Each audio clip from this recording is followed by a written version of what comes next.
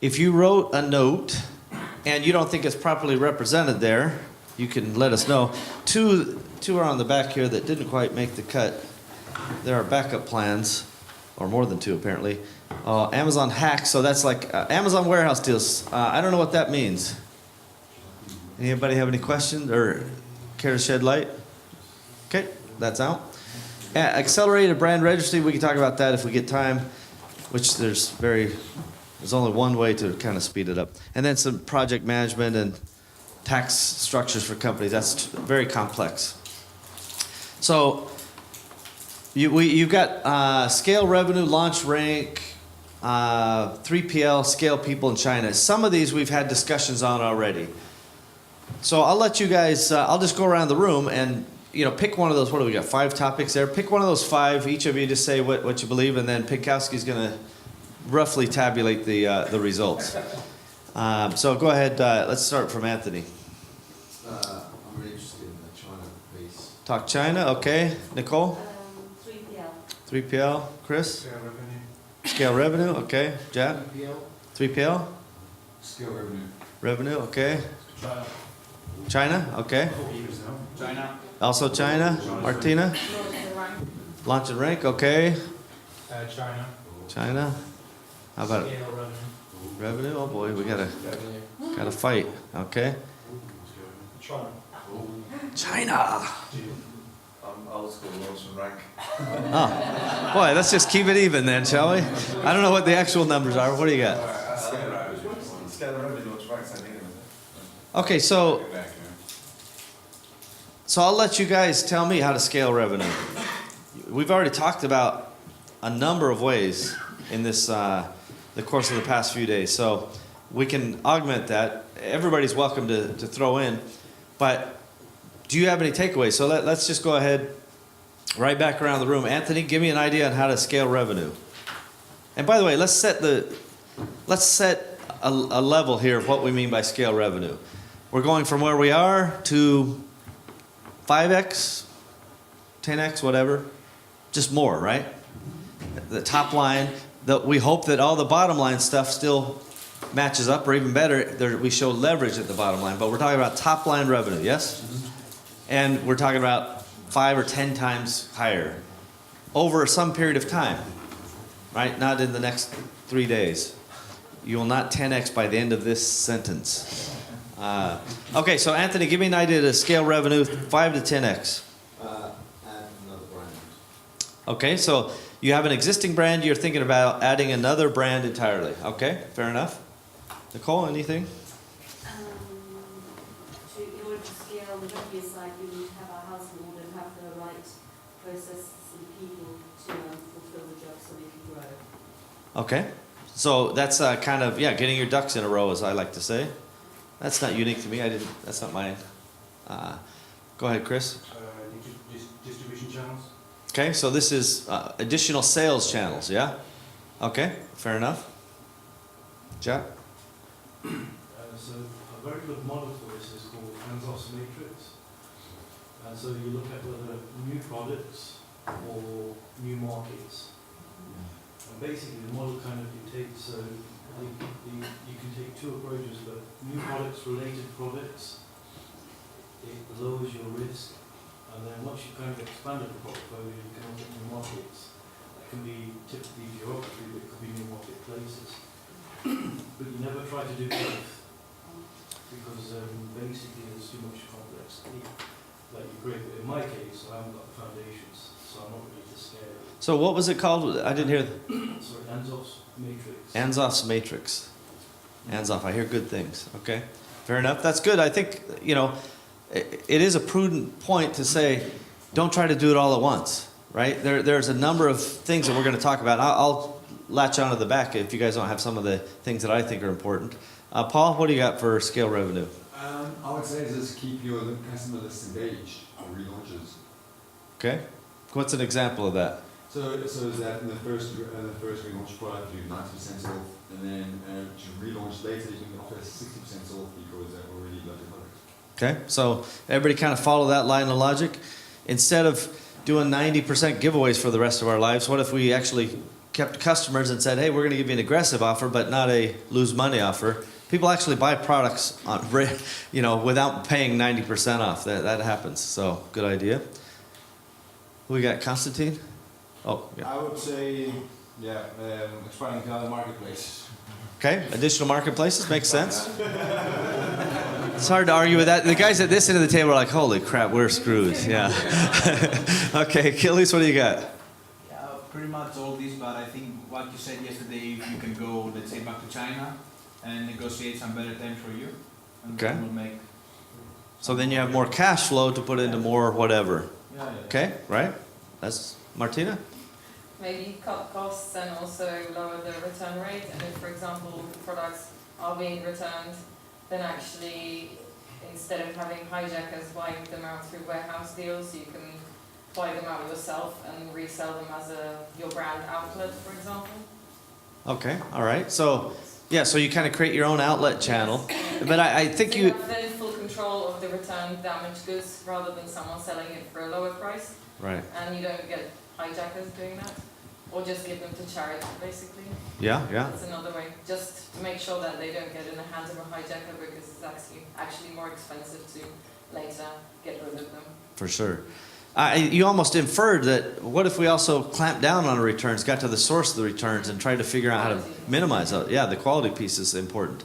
Tyrone, any ideas? Scale revenue? Yeah, so I have a few things. So I'm just going to speak on from my own experience what we did. So rather than do the traditional giveaway approach, what we did is we improved our organic ranking through PPC.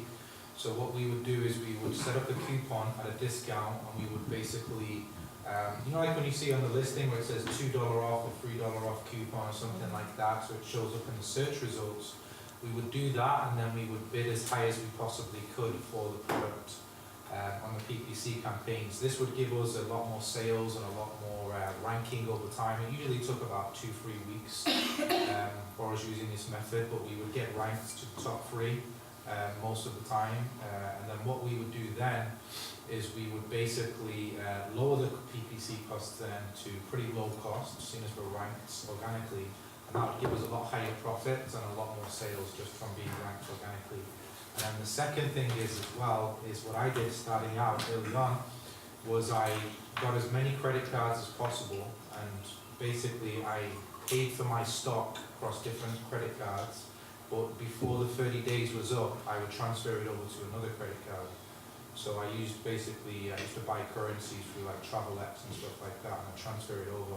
That gave me more cash flow, and that also allowed me to get better rates on the product, which then allowed me to be more aggressive with my marketing, and that in turn, everything combined helps me scale revenue. So, but I'm going to guess that the guys taking credit cards are U.S. or European-based suppliers. No, not necessarily, because we can use TransferWise to pay by credit card, and it will be sent as a wire transfer. Oh, interesting. Okay. Yeah, so you can pay them. Get some miles on the purchases. I like That's that. right. And the rate transferring from card to card, what does that rate look like? Because it's pretty onerous typically. Yeah, well, what we would do basically is sometimes there's different cards where you can transfer over balances at 0%. There's some cards you can do that. Another thing you can do is you can basically pay for something on a credit card. Like say I wanted to go to a currency exchange place. I could pay for it on the credit card, get the buyback guarantee, which means if I don't spend all that money, they give it me back in cash. And then what I would do is I would pay for it on the credit card, but then when I go back and redeem the buyback, I would get it in cash. So then I would take the cash, and then I would just basically pay it into my bank, and then that way I've taken the money off the card without having to, have withdrawal fees or anything like that. Oh, that's impressive. A lot of work. Yeah. That's what I did early on. Yeah. Hey, listen, creative financing. I'm all about it. Yeah, that's very good. Matt, any ideas? I'm running out here, but one thing that just I thought of when he said that is, it's more of an incremental thing. Is don't forget that as you get bigger, you wield a little more power in terms of asking. So for example, currency exchange, I just sort of never occurred to me I could just ask for, I just was accepting my rate and then was going to someone else, and they're like, why are you doing that? It's cheaper, and she was like, well, okay.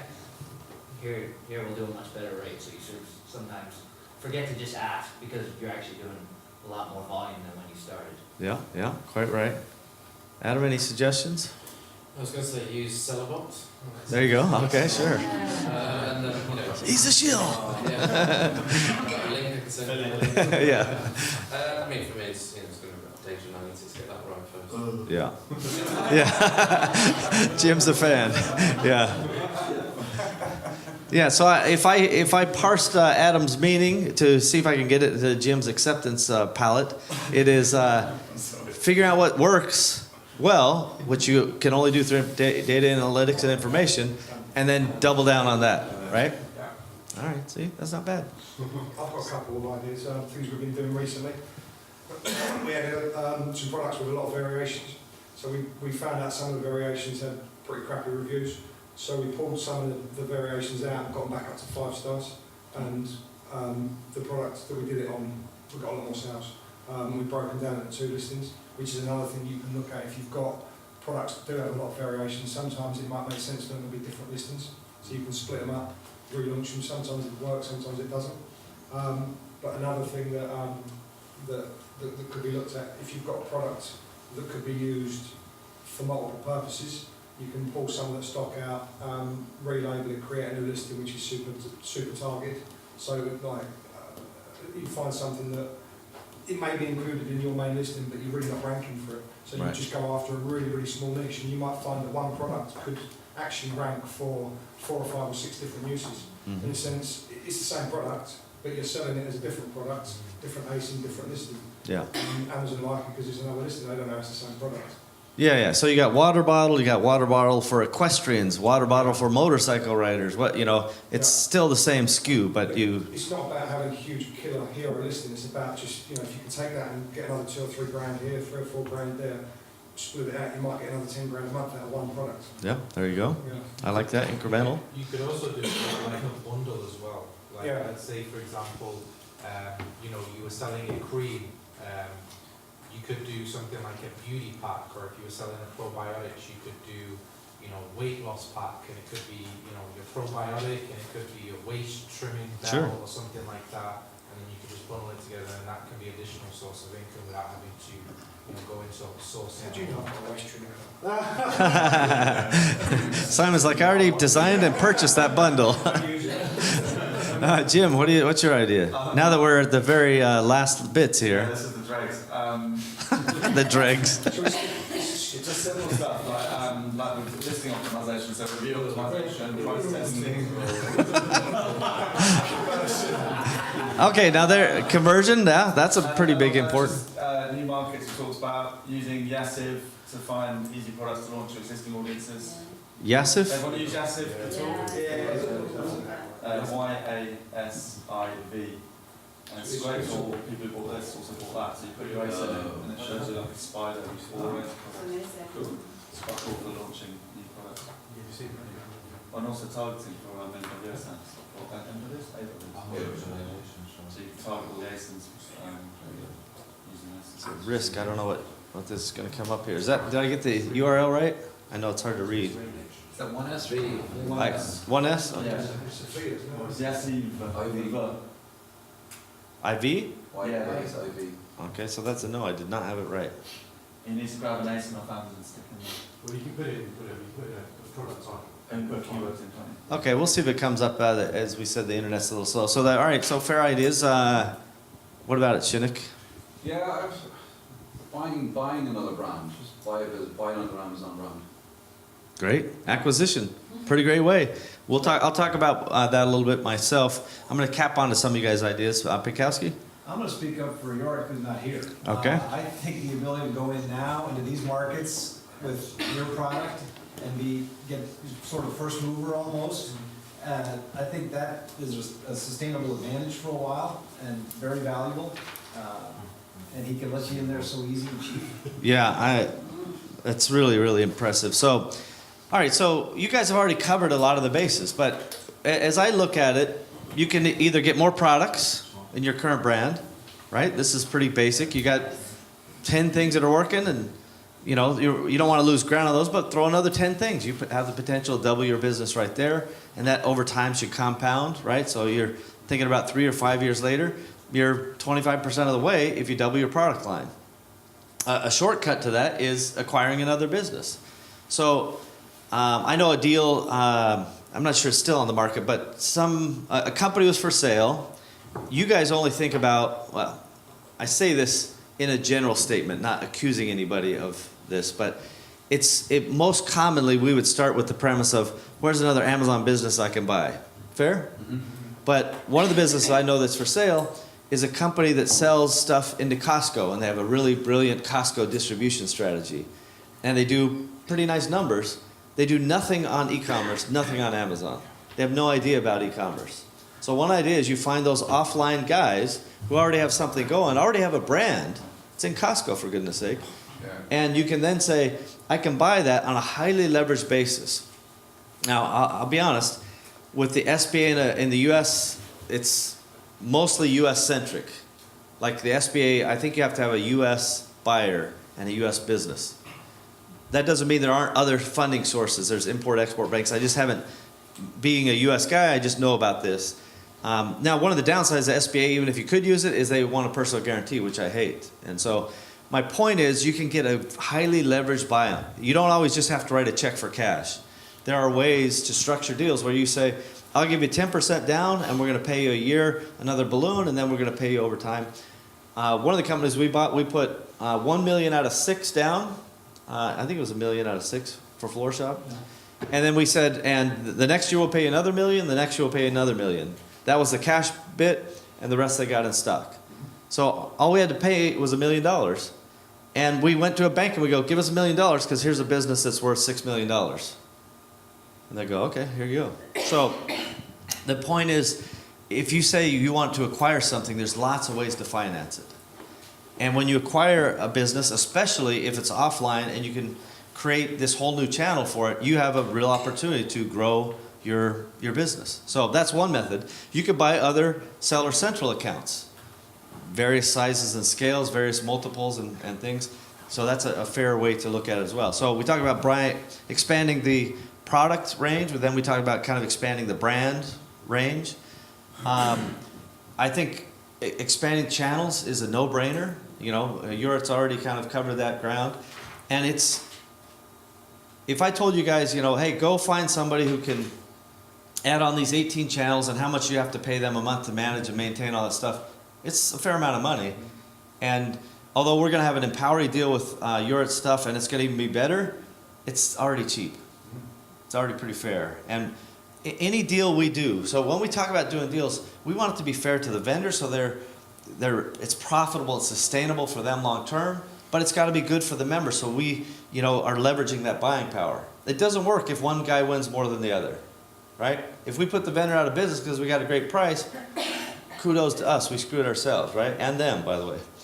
And vice versa, if they don't give us the benefit of being a big group buying together, then they're not fully appreciating the lifetime value, and we'll just keep looking for other solutions until we have one. So, you know, channels, markets,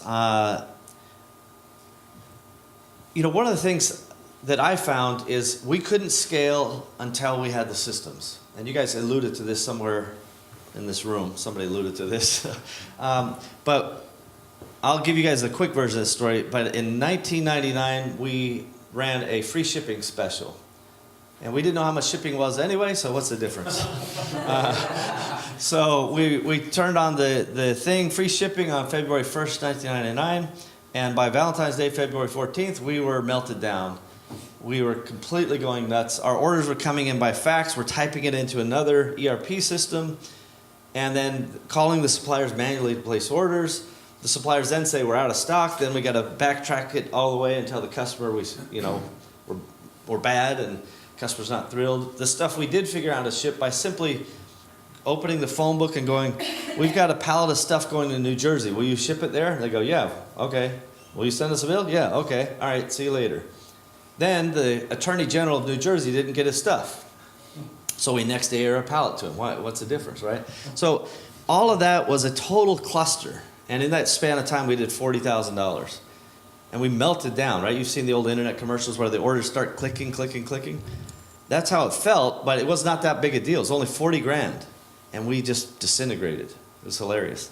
But we knew then we're onto something, right? This is that whole fail fast mentality. And fast forward 5 or 6 years later, we did $1 million in a single day on a first attempt. We engineered this $1 million day, and nothing broke. Not a thing broke that day. It felt even there. that was the punchline. Son of a- Yeah, unbeknownst to me at the time, so the real full version, I'm not going to dive too deep, but at the beginning of the year, a lot of bravado. We had some nice sales days, 400,000 or 500,000, 600,000 on a promotion end, and this year we're going to have $1 million day. Ha! So let it be written, so it shall be done. Right? I'm excited, and that's January. Around September, it's like. Anybody got that $1 million day plan yet? I kind of forgot. So I'm like, all right, it's going to be November 17th. That's the day. And I forgot I had a family vacation plan, so I'm not going to be here either. So good luck to you guys. And I will tell you, though, in October, it was not looking good. Not because we could forecast the sales, but the leadership team was not on board. I made the decree and I made the proclamation. It's like, go forth and make it happen. And they didn't really believe it. And I could feel that. This is a failure of leadership, by the way. This is not on them. This is on me. So I said, go to the whiteboard and write down the number, which they did.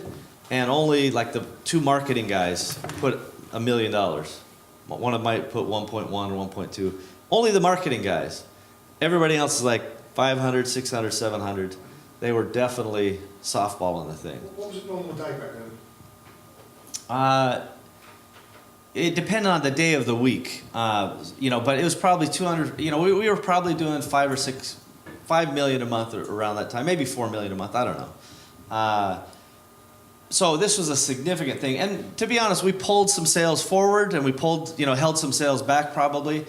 When we told the customers this promotion's happening on this day, there was some management of this process for sure. But long story short, in that day we did 1.7 million. I was on a beach just watching it on my BlackBerry.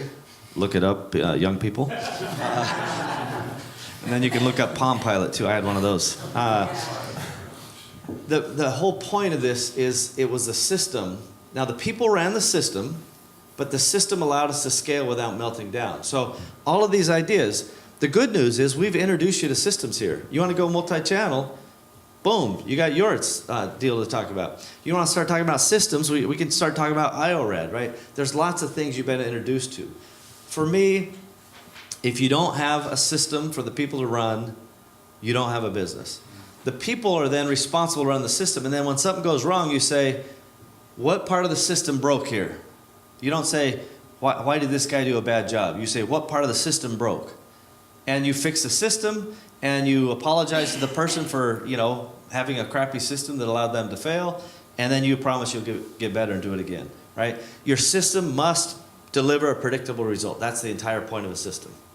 Without it, it's chaos. Now, there are some times where you have people on the team who are not getting the job done. Maybe it's a competence thing, maybe there's, who knows what it is, but I would highly recommend that first you look at the system, then you probably look at the person. Many times we've had somebody who's a really great performer, and then we saw trouble, and we were like, hey, what's going on? There's something going on. And, the guy had a drug problem, or the guy had, their wife had an accident, or, there's some trauma happening. And you have to realize humans have these issues. So get ready to understand how to deal with that, and at least how to manage that as a concept. Amazon, by the way, has 380 people in the human resources department that is just for catastrophe situations. Like somebody just died in their family, somebody just got declared with cancer or whatever. Just 380 people globally to help their employees through these types of catastrophes. Now imagine that's a tough place to work, right? But all of these people are high empathy people. My point then is systems run the business, the people run the systems. You can't have one without the other. So for me, systems are fundamentally the biggest leverage point. Jeff? Well, I was just gonna say, what was it, UKFD? Yeah? That seemed to be the story, right? He's like, well, he can make money, but then until he had systems, he couldn't sleep at night and he didn't. Yeah. Yeah. Yeah, so they It followed wasn't true scaling, he was just making a ton of money. same path. Well, and it wasn't even necessarily making a ton of money. It's just a bunch of turnover. Yeah. That's what happens when we throw a bunch of things against the wall without really measuring them. Duncan talked about this. You got this great new product, man, it's doing, $1 million a year turnover, and then you really do the math and you go, well, you lost 90 grand a year on that one. Let's get another one, right? These things happen. And by the way, it's not unique to any of us. It happens to everybody. What gets measured gets managed. That's a Pinkowskiism. I think he stole it from Tom Peters, but. All right, so do you guys have any other specific questions on scaling revenue? I'm happy to answer and we can get the group involved as well. But you have some pretty big tools right there. What advice would you give for companies that are not that old, like that have been around for maybe a year or 2 years, how to get credit from banks and stuff like that, or from any source, like what kind of approach would you take to get additional credit? So different credit mechanisms exist in different ecosystems. So if you say, gosh, so the cheapest credit is typically from a bank when you don't really need the money, right? If you don't need money, you're going to get the best rate. It's prime plus one or whatever. The more you don't have access to that, then the higher the rates go. So one of the things, I wish Melissa was here, but one of the things they're negotiating, I talked about or at least alluded to it the other day, is an inventory financing methodology. So whatever amount of inventory you have in your building right now, think of that number and go, what if I could get 40% of that money as a line of credit? Would that help my cash flow? Could I order more products, right? Adding more products is a cash flow problem. So that's one mechanism, is use inventory financing. And we're trying to get a global model deal where a finance company will go, you're an Amazon guy, you've got these numbers, here's your rate, and you can draw on that line. So that's one methodology. Asking a bank for a loan, not a bad idea. I would go with small, local, regional, niche banks. Don't go to the big guys. They couldn't care less. The small guys who have money. Look for development banks. There's many banks in different areas who are, they're development related. There may be some project in a particular area that they can help you with. Sometimes they do, mostly it's export related, but there are lots of ways to get money, and I would just start by looking for them and just start asking for money, and then you're going to learn what they ask you for. Whether you qualify or you don't qualify, who cares? Just keep moving through the process. Go ahead, one more. What advice would you give if, let's say, you're somebody from the UK like myself who has set up a US company, but wants to get a bank account established and also start to get credit cards for the US company? Yeah, so there are some banks that will roll with that and others that won't. I think Bank of America is fine, so that's where a national bank may be more advantageous. They won't give you a credit card still. Yes, the credit card I can't talk to, but the bank account, over time, the business entity will earn enough credit at a bank to get a credit card. Even if they say, you don't have a tax ID number for the US or whatever, that exists. BP has credit cards for their company in the US, right? This exists. So there is a local regional bank that we're talking to that's actually financing a non-US company on an SBA deal. So this only applies to a US buyer, but it might apply to a foreign seller to a US buyer. This is big because your European entities being sold to a US buyer on SBA right now is not normally possible. But we found a bank who's doing a deal for a Japanese company right now. And so I don't have a specific, I don't have that problem. I know Jim and Simon have struggled with this. Maybe they have more advice. Which bank did you end up with for? Bank of America. Yeah, Bank of America for a bank account. And they won't, so fine to get an account, but can't get a credit card, because the problem we've all got is if you haven't got a social security number in the States, that's just an absolute no-no for credit, for loans, for everything. So let me ask a question, because we have some UK folks in here who have possibly done it. What about getting like a business visa or business green card, you know, like if you set up like your own fulfillment in the States and stuff like Yeah, but that. then you've got footprint with what, We- it's a we whole got kind of US works, which you don't want that, yeah. Don't get a green You don't card. want that footprint. Hey, listen, we'll take 40% of your income. Go ahead. Well, so then you get all of the US taxes. Yeah, yeah. We've got a US dollar in Mexico. You can just get it. Yeah. I've got Well, what I wanted to ask though, because you know, there was actually a video recently, Nas Daily, he did a thing about Puerto Rico, how Puerto Rico has a 5% tax rate. Would you not be able to maybe get a green card for Puerto Rico and then have that and then just travel to the rest of the US? Don't know. It's possible. I don't know that there are two laws in Puerto Rico that are pretty aggressive, at least for U.S. citizens, in terms of lowering taxes. It's kind of like the Jersey and the Guernsey and the Caribbean for the UK citizens, that kind of setup. But the reality is, you know, I don't focus on trying to engineer that kind of outcome so much in the beginning. I wait till there's enough scale, enough time to think about it. You know, if you say I'm going to sell within 2 years, maybe it's worth looking into. But otherwise, I would delay. Those complex structures are the Procter and Gambles of the world and the BPs and all. They understand all that. The Google and the Apple, etc. Duncan was Jim. saying, I was just going to say, Duncan was saying Funding Circle seems to be giving out money in the UK. It's crowdfunding. Okay, funding circle similar to Upfund, maybe. Yeah. But listen, there's a ton of crowdfunding out there for. So number one, we didn't mention this in the group. I'm glad you brought that up. Oh, Jim got one, everybody. Crowdfunding. Crowdfunding new products. Really good idea for brand, for awareness. You know, this is a fine idea to launch a product, and whatever you get is, you know, just a pre-sale. You don't have to ship in 2 days. You don't have to pre-produce even. You can just validate the idea. That's another idea. But crowdfunding for financing is coming. There are other ways to raise money. If you hit a certain scale, let's say, I would say 5-10 million US turnover. And again, it might require a US entity, but there's a Reg A+ offering you can do that's kind of like a semi-public offering.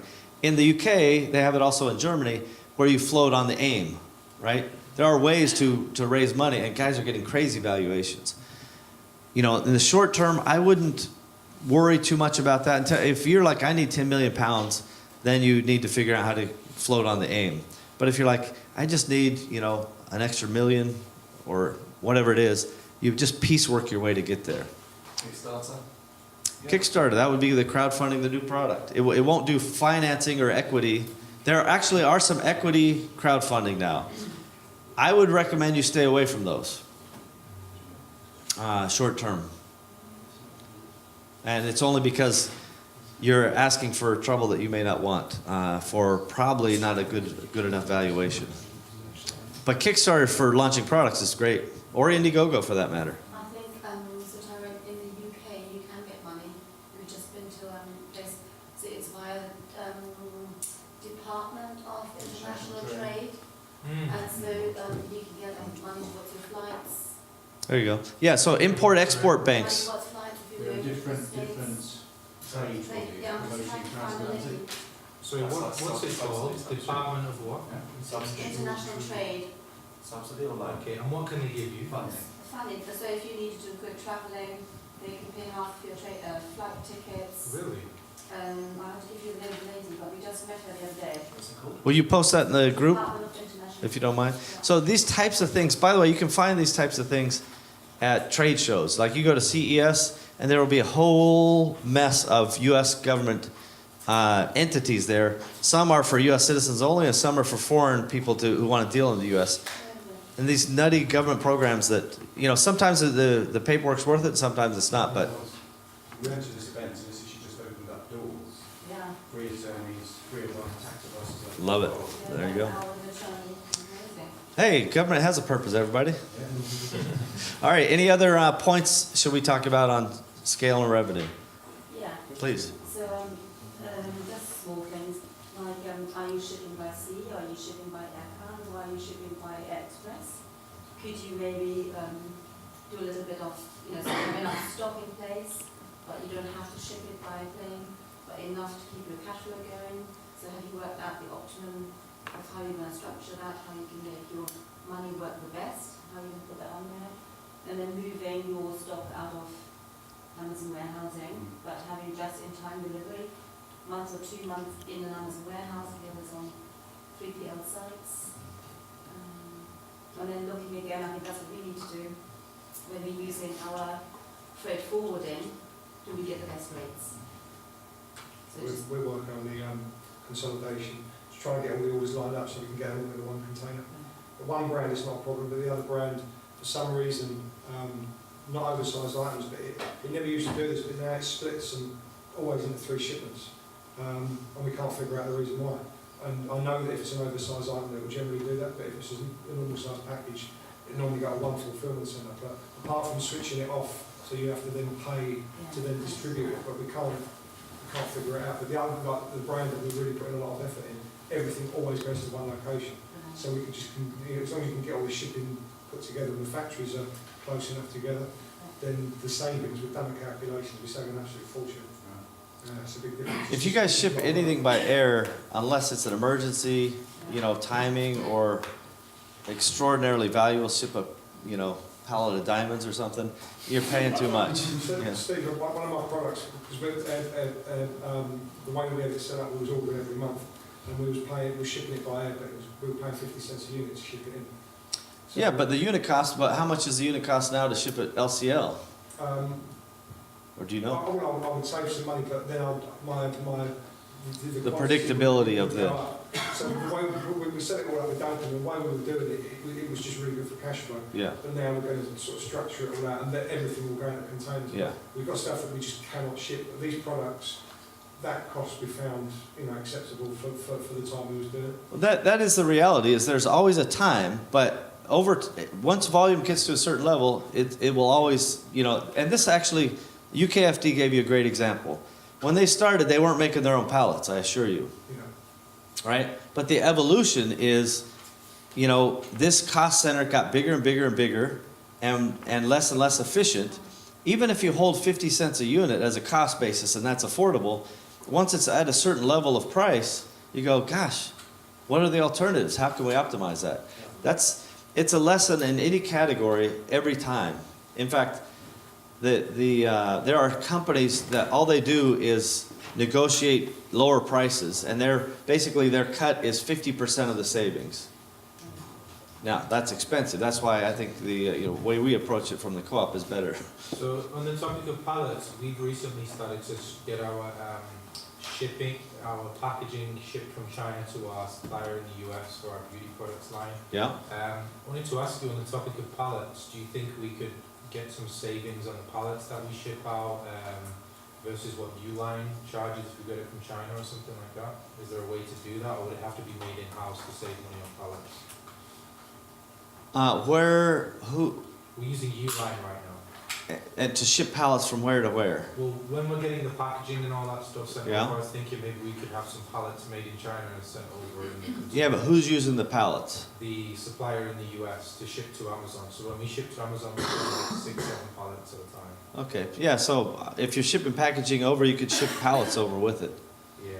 Just make sure they're fumigated. There's a whole regulatory compliance issue. If they're wooden pallets, which are the best kind, that has to go through a fumigation process. So it does. But I don't remember the cost of pallets, but they're cheaper than the US for sure. Go ahead. You said that you did crowdfunding for Kickstarter? No, it's just an idea. I'm doing a Kickstarter this year, but I haven't done one yet. So the thing is that we somehow are preparing an SOP now that works with Kickstarter, and then Amazon Launchpad, finds you, and you start making a lot of sales. And this is also together with Instagram. So we have an SOP that we're preparing right now that automates in a way this process. If you guys like that, we can, when we fix it, we can send Yeah. it to you, right? Please do so, yeah. That'd So be great. Thank you. the Launchpad, the only thing you got to be aware of is you have to be a vendor in Launchpad. Yeah. It's not a marketplace deal. The upside of it is they give you lots of extra exposure. Launchpad is their competition to Kickstarter, but the way they find customers is they go to successful Kickstarters or Indiegogos, and then they invite you to come onto the platform, or venture capital backed products. I've had a lot of conversations with them. They're good. Yeah, basically you can use it for cross-selling your other products. So Yeah. you should put a product which is not like your main product and then cross-sell the other product. Yeah. Listen, crowdfunding is very effective. For a relatively, I think, combined with their SOP, for a relatively low amount of time and energy and money, you could probably sell, launch a product and sell 500 or 1,000 units of it with pretty low commitment of energy and overhead. If you're like, well, I want $1 million, like I saw, the cooler guy get, or $13 million, that's a whole different business. I would be careful of that. One of the Indiegogos we did, this is a company I sold, but one of the wholesale inquiries, he had 700 retail stores. And he gave us a pro forma order it was equivalent to $280,000, and we didn't have enough stock. So we already had committed stock to other big boxes, so we're like, sorry. But later we carried on. The point is, you're going to find stuff in crowdfunding you will never find on another channel, including Amazon. So you start out, you get all those emails, they're part of your early adopter club, right? They're part of your test audience. They're willing to pay to test the products, basically, and as long as you make kind of a compelling argument. So I think it's a good idea, and it's something that is not that hard to execute, but it's not easy either, right? I guess there's a difference between simple and easy. Can I? Please. Yeah, I just wanted to ask a question. With the crowdfunding, obviously I know that people pay for the products before it gets made and shipped out and stuff. Is there a way that you could leverage that for ranking on Amazon or something like that? Maybe giving people a coupon code or a gift card so you purchase the product on Amazon for a super URL? Is that something that you could do? As a follow-on offer, you're not going to be able to interrupt the flow with the crowdfunding platform because... So it has to be shipped third party to... Well, they're the ones collecting the money. The whole thing's going to go through that platform because that's how they get their money. No different than Amazon not wanting you to, move them off the platform. But after that, you have the email addresses. You can send whatever other offers you want. They're your customers. And they're highly responsive, which, by the way, means if you have a crappy product, they will highly respond to that. Okay, and by the way, it's quite international. More than 50% typically outside the U.S. All right, so I think we've done scale revenue enough. What was the next? China.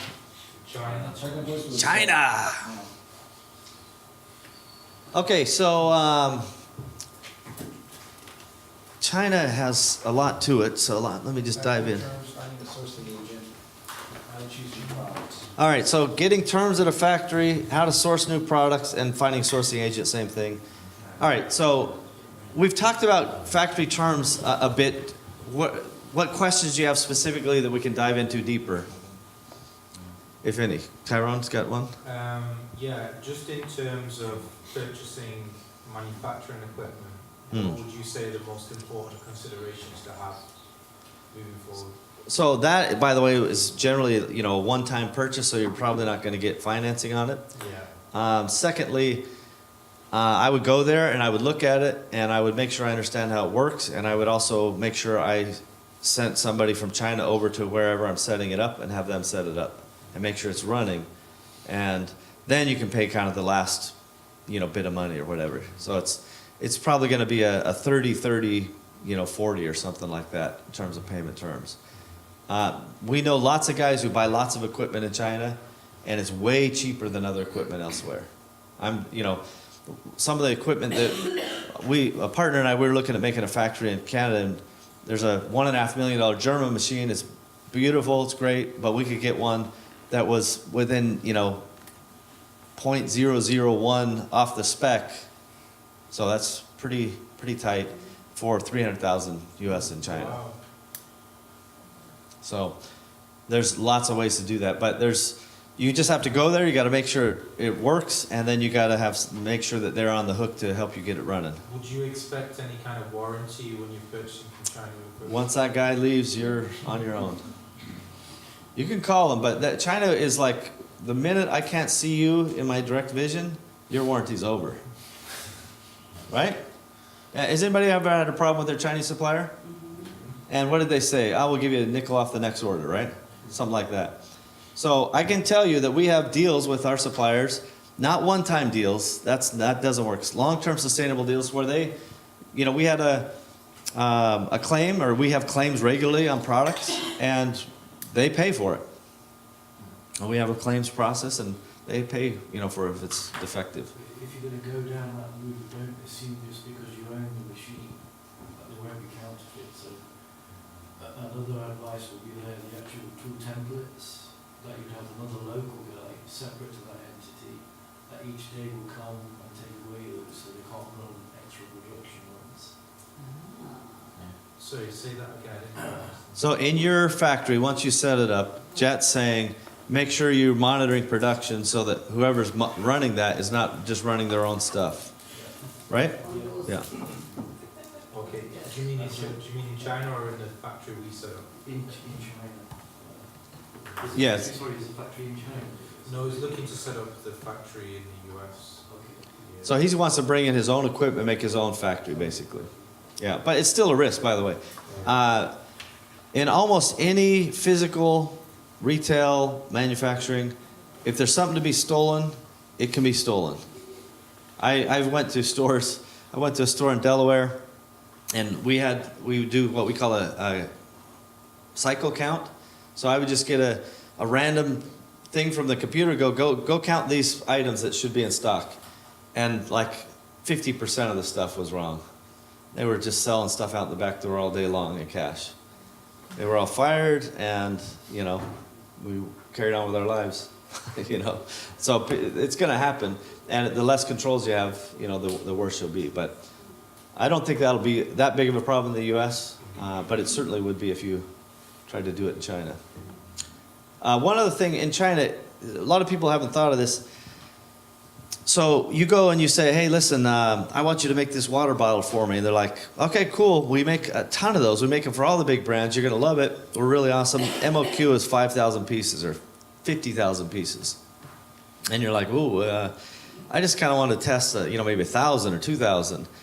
And they're like, okay, well, see you later. They don't care. But one of the things we do is we just do a tag along, right? So next time you're making it for brand X, just throw on 1,000 for me on the end. Put it in my own package, my own box. And by the way, anytime they're running, just call me and I'll take a hit off of that run too. Now if they call you too often, you go, no, I'm fine. But it gives them a chance to increase their average throughput, and it gives you a chance to take advantage of somebody else's MOQs. So for the mobile accessories, Griffin and all those guys, I don't know how much you follow, some of the different brands, but we would go like for laser pointers and for keyboards, like Kensington's a big keyboard producer. We would just hop on the end of their run. Or Griffin is a big kind of laser pointer. We'd just hop on to the end of their run.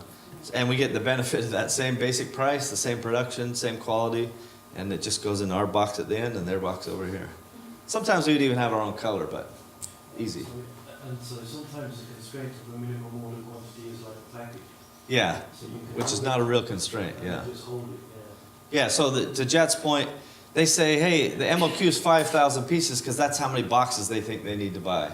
And you go, you know what, I only need 1,000. First of all, go find your own packaging guy. There's plenty of packaging guys in China. Tyrone just used one. And they'll print smaller quantities typically. Whatever their quantity is, let's say it's 2,500 pieces, just have them hold the 1,500 extra. And then just ship it out in the quantities that you want. Don't let packaging drive the economics of your purchase. And the number one question should be, why is that MOQ that number? They may say, packaging, they may say, well, the raw materials, this is how it works out, but try to work around it. So those are two MOQ dodges. Do an end run, jump on the tag along for a production run, or don't let the packaging. One other thing I'll say on packaging, I think I said it to somebody, depending on your return rate and the return condition, but if the stuff comes back and it's high enough value and it's still sellable, order 5 to 10% or whatever your return rate is, extra packaging, and just have your warehouse or 3PL repackage it, send it back in. We recovered big numbers. Packages, it's back in, it's new. We made sure it was all good, and But the difference between new and like new is the package. And the package costs, 10 to 80 cents. And some of those items were worth, $20 to $40. Okay? So what other China questions do you have specifically you want to dive into? Do you have any Matt. tips just for, like running or hiring a sourcing agent? Like, Oh, yeah, I've sort of sourcing, thank you. gone, sort of used agencies, sort of used more contract, and sort of, I've been all over the place with it. Yeah, it kind of depends on your long-term, what you want to do. After you read the book Poorly Made in China, you'll be like, where else can I buy from? So the way I do it is I try to find somebody who we give the pep talk to, and we're long-term guys. My main guy, more than 10 years with me. My second guy, probably 8 years, and I have some newer people as well. But we're like, hey, when you do stuff with us, there's no money on the backside. And we're gonna find out. We're gonna switch you up on accounts. We're gonna be looking for it. And not all of the Chinese people agree with that strategy of, it's a cultural norm, but some of the Chinese people go, it's not right to look at you in the eye and go, hey, I'm helping you, I'm getting 3% from you, and they're getting 3% or 5% or whatever on the backside too. And how you interview somebody, you should ask them about those things. And I think there's questions in the book Poorly Made in China that will be fine. But I would try to hire your own person. And Once then you have pay capacity. Just like something worked into the project, or just a standard? I just pay him a contract? salary. How much do you think a sourcer should make? So I pay 1,000 a month and we split it 4 weeks. Okay, So you also- Jet says they're worth $250. Yeah, so, and because you have different growth prices throughout the year. Sure. So it balances as well. So, especially if you don't have the capacity for full time, if you want to job share with somebody, it's a great idea. I do think that long term creates problems, because if they're really awesome and the volume of both of you keeps growing, then there's going to be a fight over that human at some point. But I would try to bring in somebody. People always ask me, how do I find them? If you're dealing with suppliers and you have somebody who's really great at that supplier, try to hire them. You can do it a very subtle way. You can go, hey, I'm looking to hire a sourcing agent. If you know any friends, but they got to be good like you. They got to be really responsive. Their English has to be excellent. They have to be, just think about how you do stuff, right? You're really, and you tell them all the things they do well, and it won't be long before they go, hey, maybe I'm interested in that. What would you say for a ballpark range to pay a sourcing? I think anywhere from 1,000 to 2,000, depends on their experience, is not uncommon. We pay some of our guys a lot more than that, but they're also dealing with tens of millions of dollars of oversight, and you can't expect somebody who could just tell the next 3 guys he talks to, yeah, give me 1% on the back end, and that's 300 grand. You really have to be careful about how you do it. So, but for you guys, anywhere from 1,000 to 1,500 is probably a reasonable range, and that's full time. Even if you don't have full time work, just paint the picture of, hey, right now you got some freedom. I want you to, go out and find me some new product ideas. I want you to do this, but I'm not going to be on you every day. This is going to be one of the best jobs you've ever had, because it's a freedom bit. You're going to have to do inspections. You're going to have to do all these things. So it's not just a sourcing person. I would have them do all the jobs. One more question? Sure. I've read that book, Poorly Made in China. Oh, good. And like a lot of it's how they're just like constantly decreasing the product slightly to cut 5 cents here. Yes. Before, and then eventually the product falls apart. Yes. But I mean, I know that book's a little, 20 years old or 15? No, not quite that old. Maybe 10 But you years. think Yeah. it's like, have factories with so many more sort of smaller companies, like, are they still doing that? Oh, they do it every day. Yeah, every day. There's Paul Midler wrote that book. His next book, What's Wrong with China? He goes back and shows you hundreds of years of examples of history how this trading culture has not changed. And that premise is called quality faith, where everybody tells me the same thing. They're like, Steve, I don't know why you bother with inspections every time. I've had 3 or 4 or 5 orders. I've been doing this 2 years and everything's great. And the guy, he's my best friend. He comes to the U.S. and, they give me all of these things. And I'm like, man, oh man, manipulation. And I have many great friends and cordial relationships in China. And I've gone on cruises with guys, and I've hung out with guys that genuinely like them. But it's war. They are there to get every bit of profit out of you. Don't you think for a minute you represent anything more than that. It is a war. So when you talk about a sourcing agent, you make sure that they can do your sample process, your negotiating, your photos, dispute mediation. Let's see what else here. You make them do all the stuff. We're not going to... so let's see. I know this is extraordinarily tiny. Let's see if I can... So, finding multiple factories. So the number one problem I see guys make is they find one source and they stop shopping around. That's like the worst negotiating strategy ever. And by the way, even annually, we'll go back and we'll tune up prices. We'll do a market test.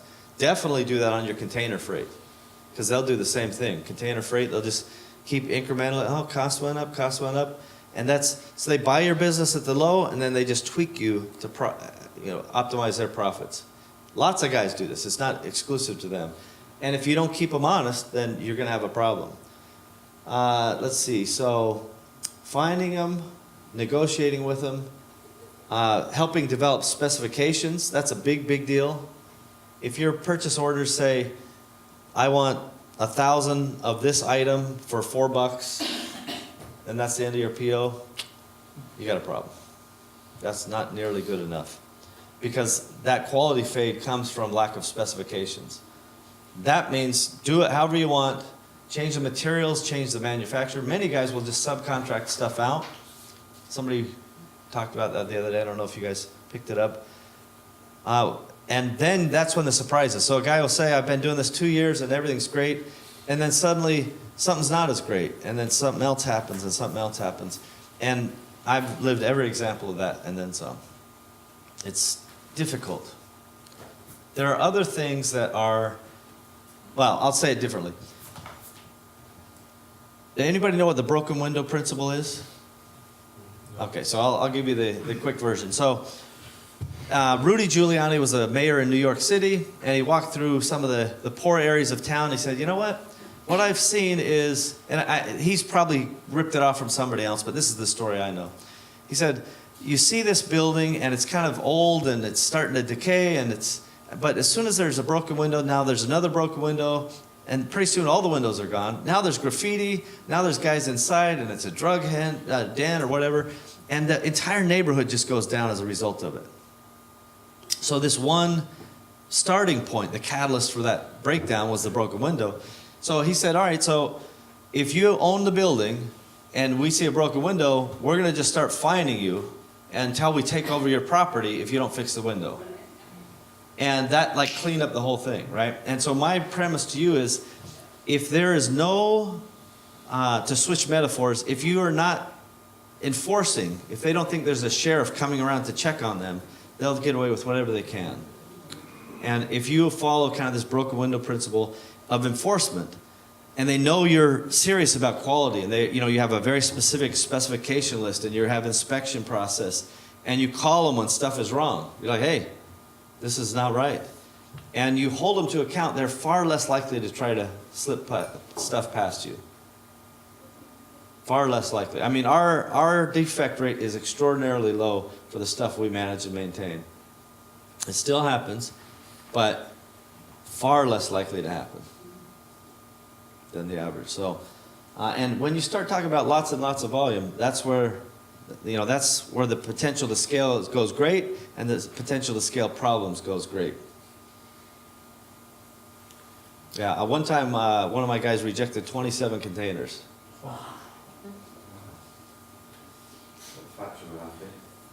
Yeah, I don't care. Now they can always sell it in China or somewhere else. Believe me, they'll give you the song and dance. This is gonna, kill them or ruin their lives or whatever. But they made the mistake. We were very clear on our specs. We demonstrated the problem. By the way, their eyesight always gets really, really rough at that point. So most of the specs we try to back it with some sort of laboratory test. There are some products that we actually test the gloss level. Do you guys know there's a gloss meter? I can put something on a piece of material and tell you what the gloss level is using a gloss meter. So we'll say 12 degrees or 40 degrees or whatever of gloss. And they'll have a 4 or 5% variance depending on the level. But if you're not doing that kind of specification, the tensile strength of the steel or the thickness of the material, the stitches per inch, whatever it is, it exists in every one of your businesses, then they will just change stuff. They'll just change stuff. And the less you notice, so in the broken window principle, the same example, in the book Poorly Made in China, they give examples too. They'll try, maybe just 10% of this ingredient is different. Nobody said anything? Now it's 15%. Now it's 20%. Oh, somebody noticed? Dial it back to 15. We were okay there. That's profit optimization, and they're the best at it. I highly respect their abilities. So you see some of the things I talk about over there. What's the gauge? What's the type of alloy? Did you guys know there's a bunch of different numbers for alloys, right? Have you ever heard of SGS laboratories? Yes. Get your stuff tested. Get a benchmark for tests. Factories can run tests, but you should randomly run tests to back those up. I know it sounds like it's a bunch of work, and to some degree it is over time, but it can be managed. It's just a process. Any other questions on China? Go ahead. So we've got a sourcing agent, and she is our main contact. This is one product in China. Okay. She's our main contact with the factory because they don't speak English.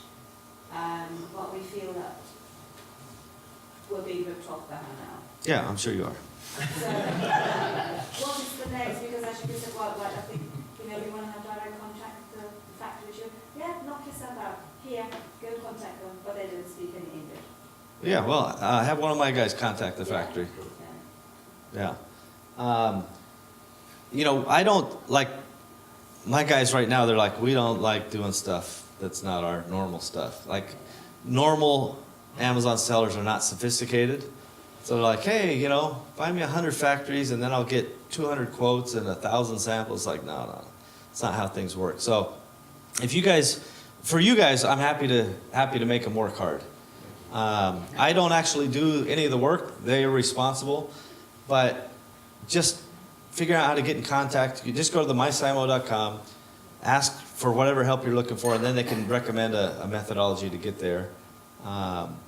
But at a worst case is you can just have a conversation with one of my people to your factory, and then you'll probably find out that they'll be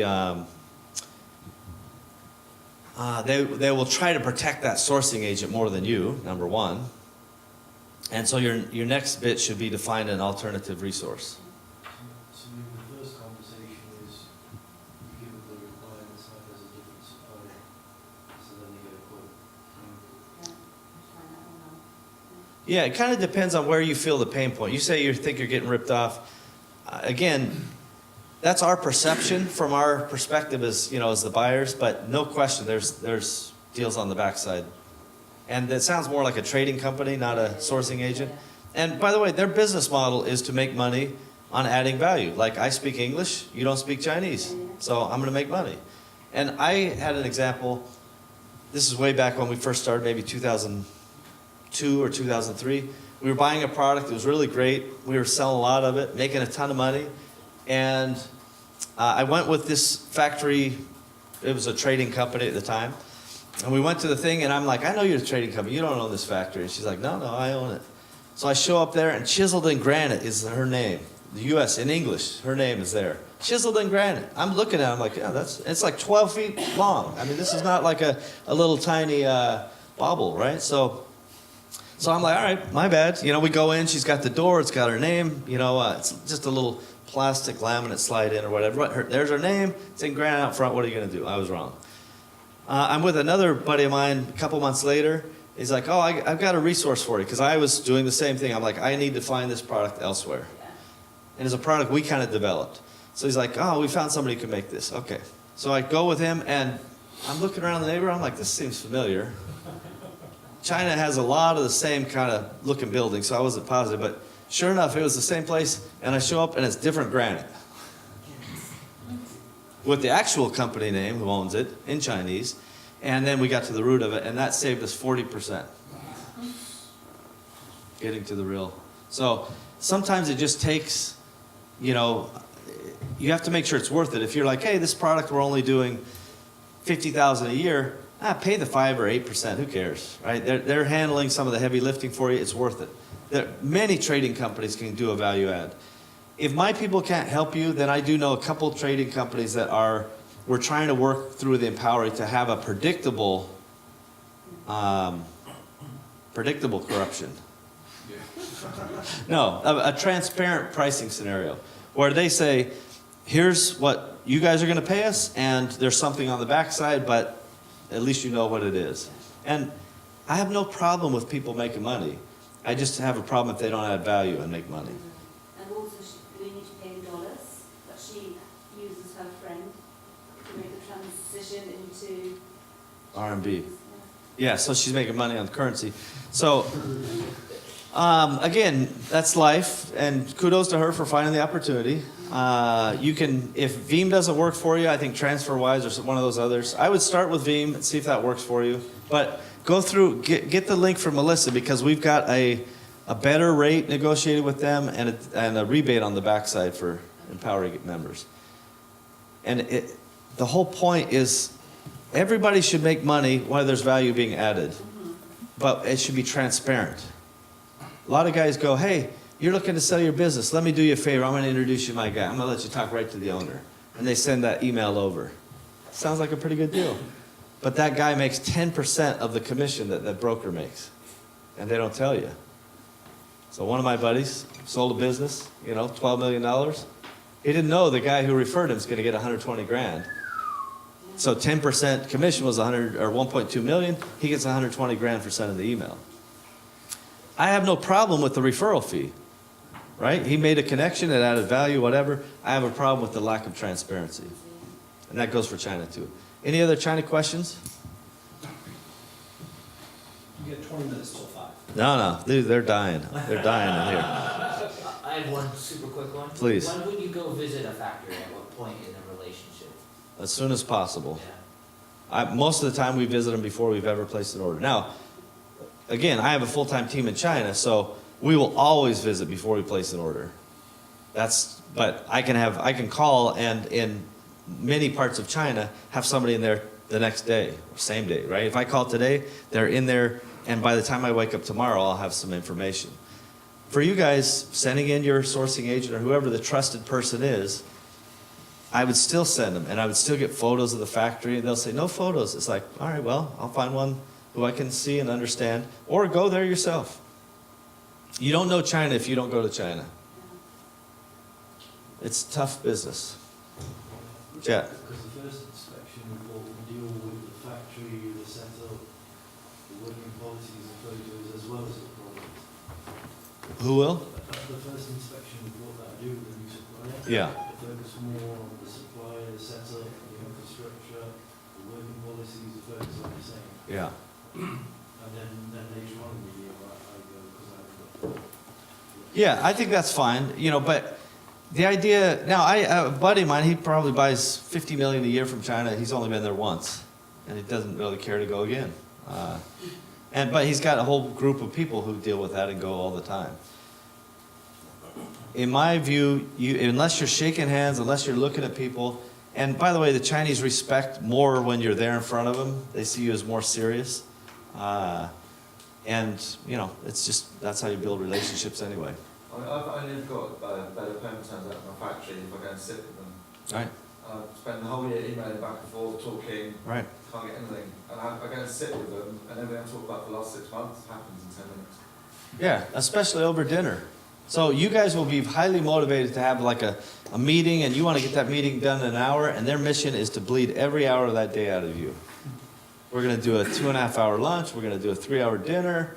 And by the way, at dinner, they want to get you soused and get you to agree to stuff that you would normally agree to. So you should just be prepared for all of that and just go, hey, before we go anywhere, I need to have this stuff sorted out. And if we get it sorted out, my schedule's already tight, but I might be able to get a dinner in with you too. And you let them earn the dinner or a lunch or whatever. And a lot of people if you've already been to the factory, you don't have to go every time. You're in Hong Kong, make them come and see you in Hong Kong. You're in Shanghai, make them come to Shanghai. Don't spend the 2 or 3 hours to go out in the countryside if you don't need to see the factory multiple times. They're happy to do it. All right, you guys are very tired and it's hot in here now. We've already talked about how to scale people a little bit in terms of systemization and things, but I'll give you a couple tips. So far, we don't see a way to get any negotiated deals on these, so you can act with urgency if you wish. One of the problems with growing an organization that Tyrone described is you got to hire an HR person, then they got to find somebody, then they got to interview somebody, right? It's a whole process. But if you go to taskseveryday.com, or another one is secondoffice.co. If that doesn't work, try .com, but I think it's secondoffice.co. Do you want to type those in, Michael, here for me? So Tasks Everyday, taskseveryday.com. You can hire customer service people. You can hire accounting, like bookkeeping type people for $6.98 an hour. There's nothing else, and you only pay for the time they're logged in, working. There is no 13-month pay. There's no supervision. There's no management. They go to an office. They're supervised. And Tasks Every Day splits it between India and Philippines based on the work. They have multiple verticals. They have some other, like they even have MBA marketing research people that you can hire. That might be $8.98 an hour. I don't remember the exact difference. So most of the workers at Tasks Every Day are $6.98 an hour, all in. You don't have to think about nothing else. They go to an office. So see if you can find some of this. They go to the skill set as an example. So virtual assistant, customer support, bookkeepers, content writers, web developers, graphic designers, SEO, and MBA consultants. Most of those will price down at $6.98 an hour. Now, with IORAD and with those types of systems, you can then hire people pretty easily and get them up to speed. And it's all the costs, all the taxes, all the 13th month, whatever it is, it's all baked in. Yeah, a guy. I don't know him personally, but I've used Tasks Every Day. I have a couple people from them now, and I've used a gal from there many years ago. And we just have her log in every day and just do this very repetitive process. It was a nightmare for us, but we didn't have the capacity to fix it. So we just had her do this stuff, and she was great. Go to secondoffice.co. Oh, there you got it already. So this is about the same price. It might be $7.25 an hour or something like that. And these guys, I don't like these guys quite as much, even though I like their founder. And I think they have some, I'll tell you the positives and the negatives. The negative is a little higher price, and they want a contract rate. Tasks Every Day, you can hire somebody just half-time. If you just want a half-time bookkeeper, you got a half-time bookkeeper. And I think there's only a 2-month commitment there. And then after that, it's month to month. Right? And so that's a very flexible thing for you. You can scale up, scale down. But the other bit on Second Office is they have more specialists. So try the services. They have like people who are familiar with how to optimize eBay. Right? And how to optimize Amazon and things like that. And I share this because there's some things they can do really great.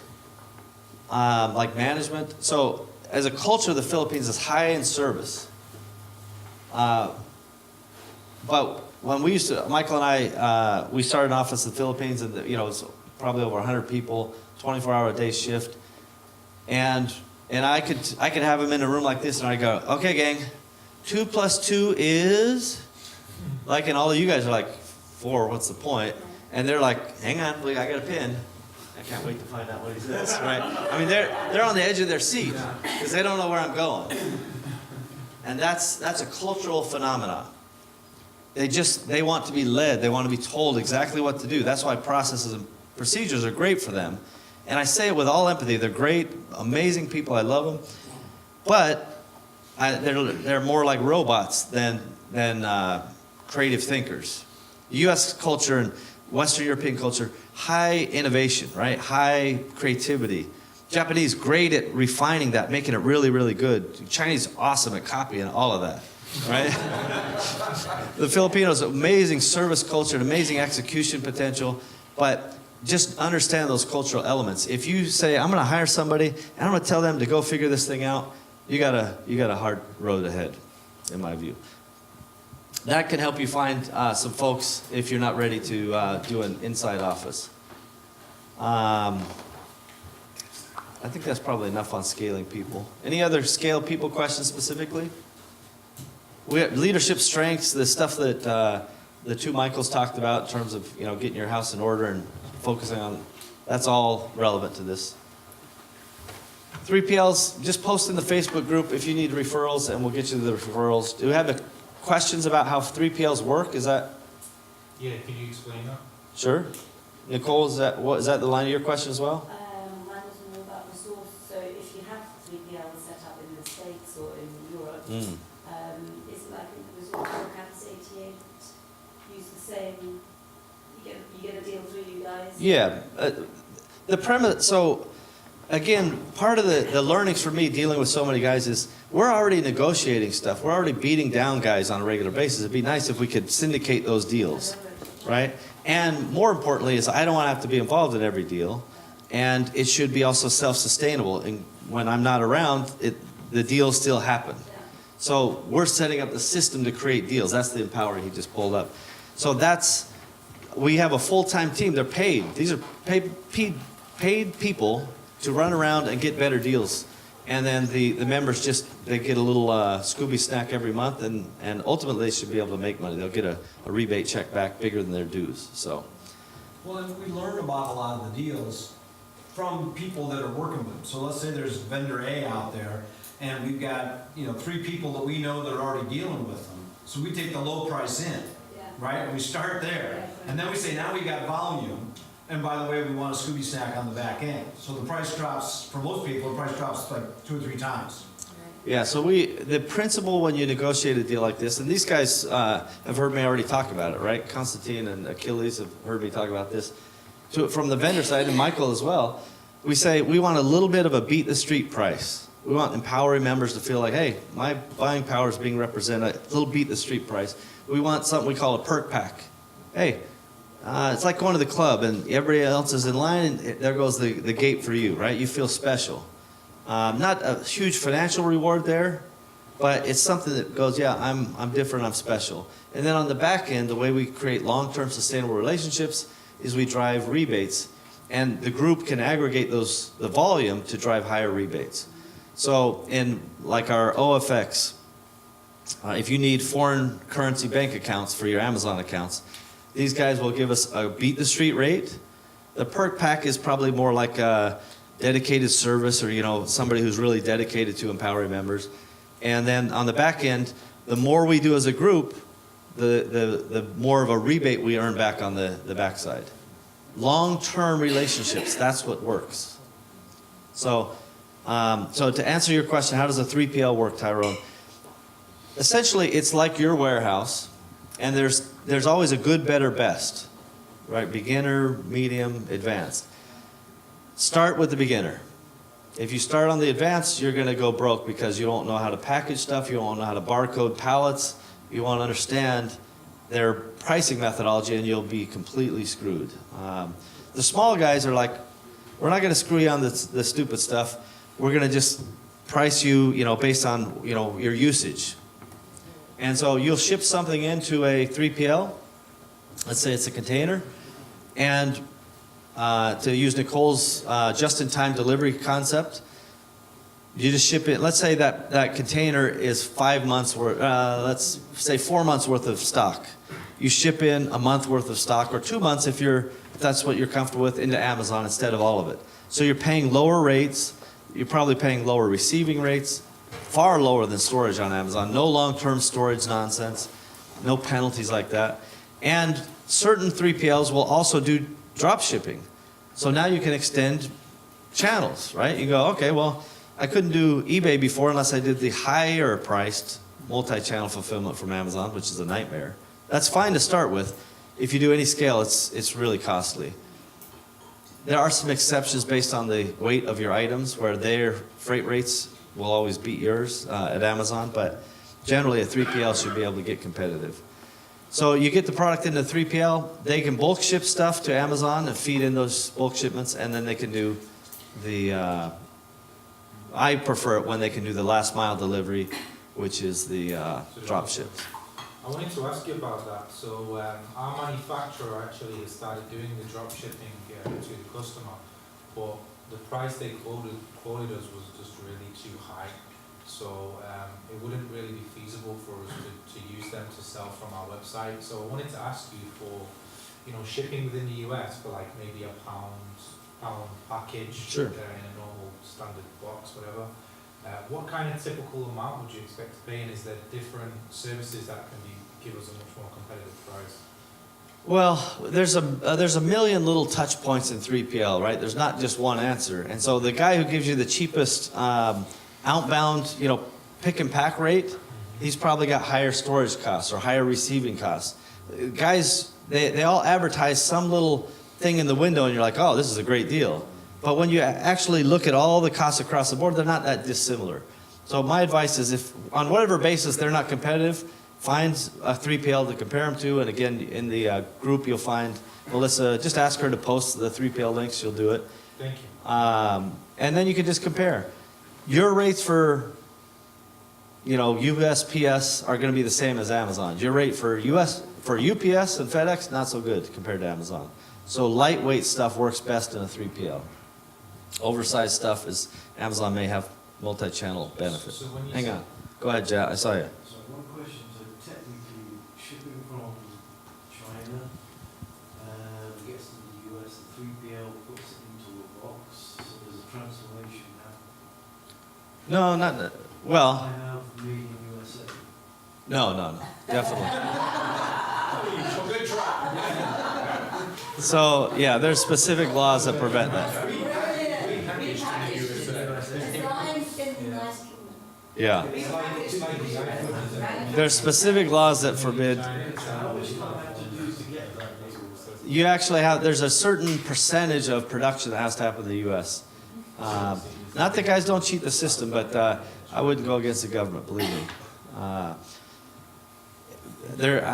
It's like total value add. So you can say assembled in the U.S., right, if you're actually doing assembly in the U.S., but that's not going to work. So what was your question? Yeah, you said lightweight usually works better for 3PL. Works best. What would you class as lightweight? Less than 2 pounds. Okay. And dimensionally, look at the U.S. Post Office, USPS, kind of thresholds of up to 2 pounds, and they're I don't think they have a size requirement. As long as it fits in their boxes, right? Well, there's lots of different kinds of boxes. For priority? No, not priority. So this is a reality, you have to buy packaging, or the 3PL will provide you packaging, but it may be at a cost, right? Boxes aren't free. So that's a real cost. Amazon's throwing it in, but there's still a cost baked in there. There's shipping, there's the pick and pack fee, there's, whatever. And the more volume you do, the lower the price you get. That's generally the way it works. From your experience, I mean, obviously I don't expect an exact number, but what would you expect? Then stop asking. If anybody in the room could chip in as well, what would you expect as a typical cost at the lowest end to pay for a 1 pound package to be sent out somewhere in the US, like anywhere? Just go to USPS and put it in and let them calculate it. It was pretty high though, but I mean, these 3PLs, they normally get discounts. Nope. So there's a benchmark there, this is a higher benchmark, you could look at Indica.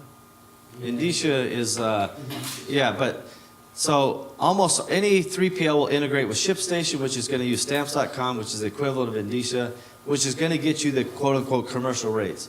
It's no different than you're going to get on Amazon. USPS is not going to be discounted in any way. So that's the rate. Don't try to get it better because you can't. When you say what you're going to get on Amazon, what do you mean by I mean, if Amazon ships at USPS, you're paying basically the same rate as Amazon because Oh, yeah, that's okay. Yeah, that's fine. It's the manufacturer who were using their rates were so high, it didn't even make sense for us to use. well, they probably, again, if they're shipping UPS, the UPS rates they're shipping versus Amazon are extraordinarily different, I'm sure. That's right. So, but the only way to do this is to find a 3PL candidate, wherever the source is, give them your exact specs of product and ask them for the rates and figure it out. these 3PLs, do they look after returns as well? Some will, some won't. So this is, again, one of those value-add equations. When you have returns from Amazon, if you want somebody to repackage those and do that business, some guys will do it, some guys are like, no. Some guys will do live bundling, right? You're like, hey, I want to put this bundle online, I'll do it, merchant fulfilled. And they'll just go, oh, this bundle is these 3 SKUs, fine. We'll get the order and we'll go pick those 3 SKUs, throw them in a box and off you go. Not everybody will. So the guys who do more of that custom touch service are going to be a little higher price than the guys who are like, I ship pallets, that's what I do. I store and ship pallets. So I think that's probably a good enough, 3PL is a thing that has to be managed just like anything else, but it's way, way easier than you buying a forklift and figuring out how to get an OSHA driver and filling the battery every quarter with whatever they put, water, I don't know. Yeah, there's so much that goes along with turning on the lights in a building. Forklift maintenance guy. Oh my gosh, yeah. Yeah, so it's, no matter what it costs, it's probably worth it. And just compare it to Amazon's multi-channel fulfillment, make sure it is working. But to get into other channels, I highly recommend.